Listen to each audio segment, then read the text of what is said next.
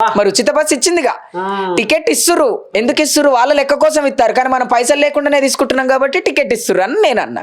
ఇవన్నీ జరుగుతుండగా ఇక్కడ ముచ్చట ఏంటంటే, కాంగ్రెస్ వాళ్ళ కాడ పైసా ఏడు నుంచి వచ్చిందని చాలా మంది అంటుర్రు, చాలా రకాలుగా అంటుర్రు. నేను నా అనుభవంలో చెప్తాన్నా. మన పాత సెక్రటేరియట్ కూలగొడుతుంటే లంక బిందెలు దొరికినాయి అంట బాగా. అంత నిజాం సర్కారు పెట్టిన బిందెలన్నీ ఒక 50-60 బిందెలు, వజ్రాలు, వైడూర్యాలు దొరికినాయట. అయితే ఇక్కడ సెక్రటరీ కట్టేటప్పుడు ఏం చేసిండు, లారీలల్లో ఫామ్ హౌస్ కి తోలించుకున్నాడు ఆయన. అన్ని తోలించుకొని సెక్రటరీ కట్టినా అని చెప్పి ఏం చేసిండు, పైనుంచి పైసలు తెచ్చిండు, అప్పు పాలయ్యిండు. అప్పు చేసిన అప్పు అట్లనే ఉంది, కానీ లంక బిందెలన్నీ ఎవరి ఇంట్లో ఉన్నాయి?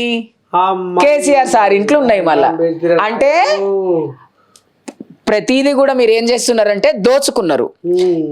మాకు తెలుసు లంక బిందెలన్నీ మీ ఇంట్లో ఉన్నది, లంక ఖాళీగా ఉందన్న సంగతి మా కాంగ్రెస్ ప్రభుత్వానికి తెలుసు. అయినా కూడా ఏ రోజు కూడా ప్రభుత్వ ఉద్యోగం చేస్తున్న వాళ్ళకు జీతాలు తక్కువ ఇచ్చుడు కానీ, లేకపోతే వాళ్ళ జీతాలు కట్ చేసుడు కానీ, ఇట్లాంటివి ఏమీ చెయ్యకుండా ఆయన ప్రజలకు ఆయనకున్నంతలా షాటల తౌడు పోసి కుక్కలను ఎగేస్తుంది టీఆర్ఎస్ పార్టీ.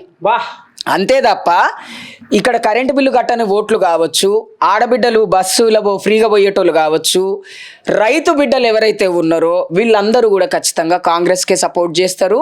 ముఖ్యంగా మా హిజ్రా సముదాయం సపోర్ట్ చేయడానికి కారణం ఏంటంటే, మొత్తం ప్రపంచం తీసుకుందాం, తెలంగాణ కాదు, ఇండియా కాదు, వరల్డ్ గురించి మాట్లాడుతున్నా.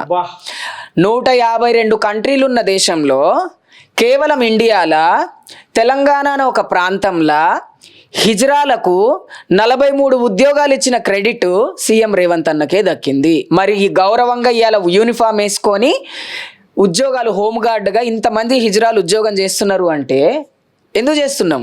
కాంగ్రెస్ వచ్చినందుకే మాకు కూడా గుర్తింపు వచ్చింది. ఇవన్నీ ఎవరు చేసిండ్రు? రేవంత్ అన్న సర్కార్ చేసింది.